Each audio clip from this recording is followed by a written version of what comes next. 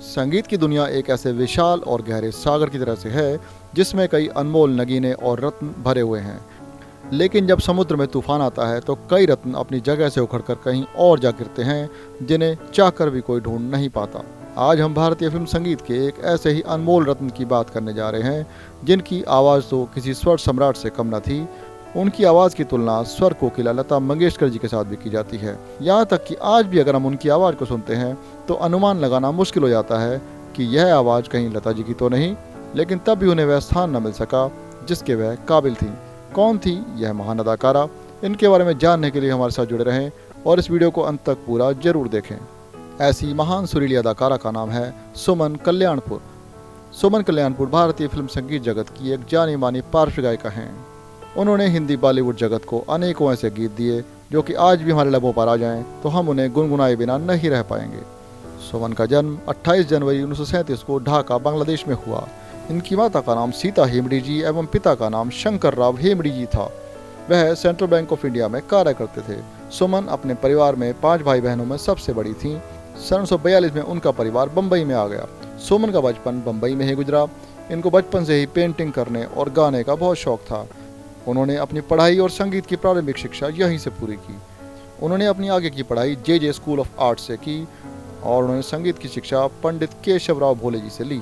आरंभ में तो सुमन ने गायकी को अपने शौक के तौर पर सीखा, लेकिन जब उन्हें लगा एक अच्छी गायिका बनने के लिए उन्हें और भी कठिन अभ्यास करना होगा तो उन्होंने उस्ताद अब्दुल रहमान खान साहब और गुरुजी मास्टर नवरंग जी से भी संगीत कला के गुर सीखे।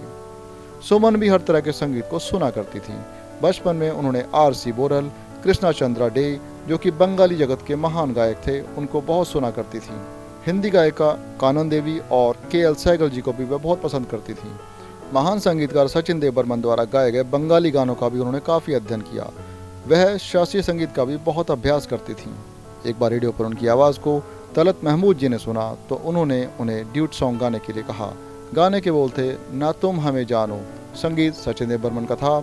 इस प्रकार से संगीत का सफर तो चलता ही रहा और आगे चलकर वह एक जानी मानी प्लेबैक सिंगर बनी। आइए अब बात करते हैं सुमन कल्याणपुर के पारिवारिक जीवन के बारे में। सुमन का विवाह 1958 में बम्बई के एक व्यापारी रामानंद कल्याणपुर से हुआ।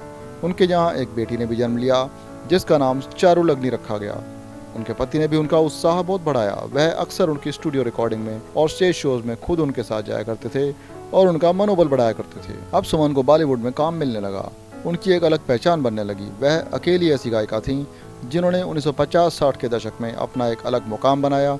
उनकी आवाज़ में सुरीलापन तो था, लेकिन इसका उन्हें नुकसान भी हुआ क्योंकि उनकी आवाज़ स्वर कोकिला लता मंगेशकर जी से बहुत मेल खाती थी। अक्सर लोग यह समझते थे कि यह गीत लता जी ने गाया है। इस वजह से उन्हें काम कम मिलता था क्योंकि उस समय हिंदी बॉलीवुड संगीत पर मंगेशकर बहनों ने अपना जादू चला रखा था। अब हर संगीतकार लता जी, आशा जी के साथ ही काम करना चाहता था। लेकिन सुमन ने इस कठिन समय में कभी हार नहीं मानी, कभी भी अपना मनोबल गिरने नहीं दिया। वह अपना काम बड़ी लगन के साथ करती थीं। उन्होंने भारतीय फिल्म संगीत जगत में हर तरह के संगीत का गायन किया। शास्त्रीय संगीत, लोकगीत हो या भजन गीत, प्रेम गीत या दर्द भरे गीत, हर तरह के गायन में उनकी अच्छी पकड़ होती थी।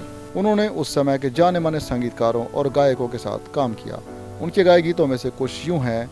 फिल्म ब्रह्मचारी में से आजकल तेरे मेरे प्यार के चर्चे हर जुबां पर, फिल्म दिल एक मंदिर में से ये मौसम रंगीन समा, फिल्म बेटी बेटे में से अगर तेरी जलवा नुमाई न होती और फिल्म राजकुमार में से तुमने पुकारा और हम चले आए। उनका एक धार्मिक गीत जो कि बहुत पसंद किया गया, फिल्म दादा में से अल्लाह करम करना मौला तू रहम करना।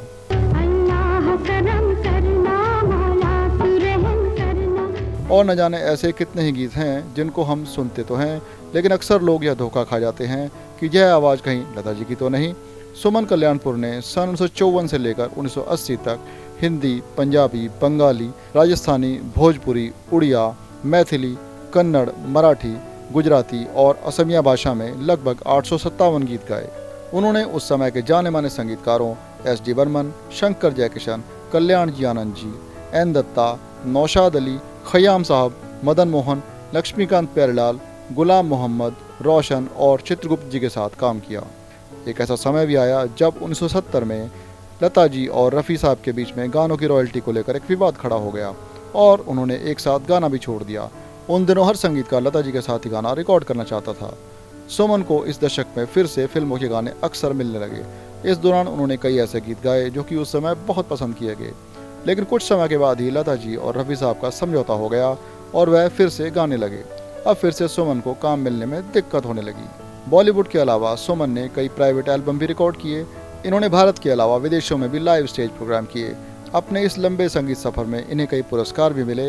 इन्हें सुर सिंगार संसद द्वारा संगीत सम्राट तानसेन अवार्ड सन 1965 में दिया गया। इन्हें सन 1961 में भारत सरकार द्वारा दादा साहेब फाल्के पुरस्कार भी दिया गया। अपने 28 साल के इस गायन करियर में इन्होंने अपना एक अलग सम्मानजनक स्थान बनाया। सुमन ने उस समय के उन गायकों के साथ जोड़ी गायन किया जो उस समय में सबसे ज़्यादा लोकप्रिय थे। उनमें से मोहम्मद रफ़ी, लता मंगेशकर, महेंद्र कपूर, किशोर कुमार, गीता दत्त, आशा भोसले, हेमंत कुमार, मन्ना डे, तलत महमूद, मुकेश और शमशाद बेगम का नाम लिया जाता है। अब वर्तमान में सुमन जी गाना छोड़ चुकी हैं, लेकिन उनके द्वारा गाए गीत आज भी सुने जाते हैं। उनके कुछ गीत और जो कि सर्वाधिक पसंद किए गए, उनमें से फिल्म ममता में से रहे ना रहे हम, फिल्म साथी में से मेरा प्यार भी तू है, फिल्म बात एक रात की में से ना तुम हमें जानो, फिल्म नसीब में से जिंदगी इम्तिहान लेती है। सुमन ने इस तरह के कई गीतों से भारतीय संगीत को इतना अमीर बना दिया कि इन अमूल्य गीतों को सदियों तक याद रखा जाएगा। दोस्तों, संगीत जगत के इतिहास से जुड़ी ऐसी ही जानकारी हम आपको आगे भी देते रहेंगे। अगर आपको हमारा यह वीडियो पसंद आया तो लाइक, कमेंट, शेयर करना न भूलें और हमारे चैनल को सब्सक्राइब जरूर करें। इसी तरह से हमारे साथ जुड़े रहने के लिए धन्यवाद।